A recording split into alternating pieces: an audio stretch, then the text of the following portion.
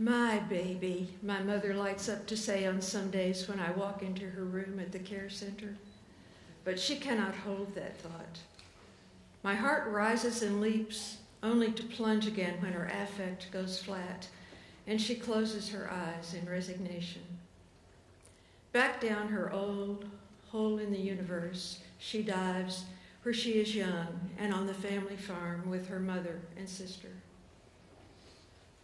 I, as her surviving child, her legal representative, am enmeshed in her business.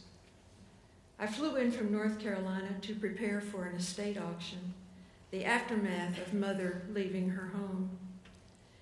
Mother and I are very close, but since she broke her hip, I haven't been able to be with her every day. A couple of times this week, when I stopped by to see her, she was sleeping.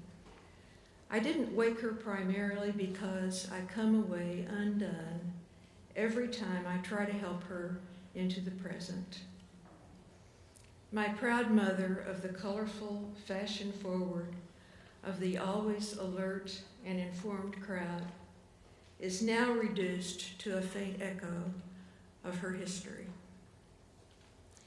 It is lunchtime when I arrive today. I forget how early they serve meals. I'm self-conscious as I walk across the dining room. Many eyes are upon me in speculation. Aides are slowly serving the independent eaters first. I look for Mother. She's not at her usual table.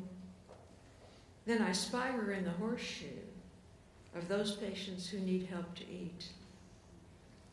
Mother sits there detached from the clatter in the line with 6 other residents. My lovely mother, sans her chestnut curls and swinging earbobs, is gray and diminished. In her washed-out denim robe, she looks like a weary child caught in the heavy wheelchair. She's lost more weight recently, and her hair hangs white and lank. Her costume jewelry is in her bedside table for the duration. I pull up a chair to sit beside Mother. She acknowledges me with a smile, but no recognition. Always mannerly, I think, even when there is little else left. Abruptly, a woman who is 2 wheelchairs removed from Mother sets her bare foot on her serving table and begins pounding her thighs with her fists, saying, crying loudly, I wish, I wish, I wish, oh, I wish. The tiny woman who sits between the wishing woman and Mother jerks quick, bird-like glances at each side and responds, whoo, whoo, whoo, whoo, whoop, whoop, whoop. Her voice is long and drawn out on the whoos, rising on the hoops. The plump man on the end grumbles. He mutters loudly and fortunately is unintelligible because it sounds as though he's hurling curses at all of us. I sit stunned. I take deep breaths. 2 days ago, Mother had occupied her regular seat at an independent table. I look around the room. No one seems to notice the activities in the horseshoe, not aide or resident.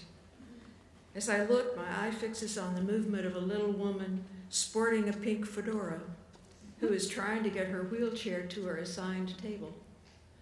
She has miscalculated her path, cut in too close to a side table, catching her wheel on the table leg. She doesn't seem to recognize that she must back up, unhook, and go around it. She sits there stuck, pushing, working, urging her chair forward, when it isn't about to leave the table onto which it has latched. The young aides pass her by without a glance, their hands full of food trays. One of the aides comes and speaks to the woman who is still I-wishing and striking herself. Virginia, please take your foot off your table. We need to serve your food. Virginia pauses for a moment as though considering this, but she doesn't change anything. The woman next to her is still woo-wooing. This commotion finally penetrates Mother's haze. She cuts her eyes sideways at me, smiles sweetly, and whispers, "Crazy." I'm immobilized, emotionally frozen. I try to think of some way to help someone. The woman caught on the table across the room has disappeared back into the crowd. I glance at Mother. She's dozing in her chair, still waiting for her meal. I've had all I can take for one day. I don't hang around to see what Virginia does with her foot.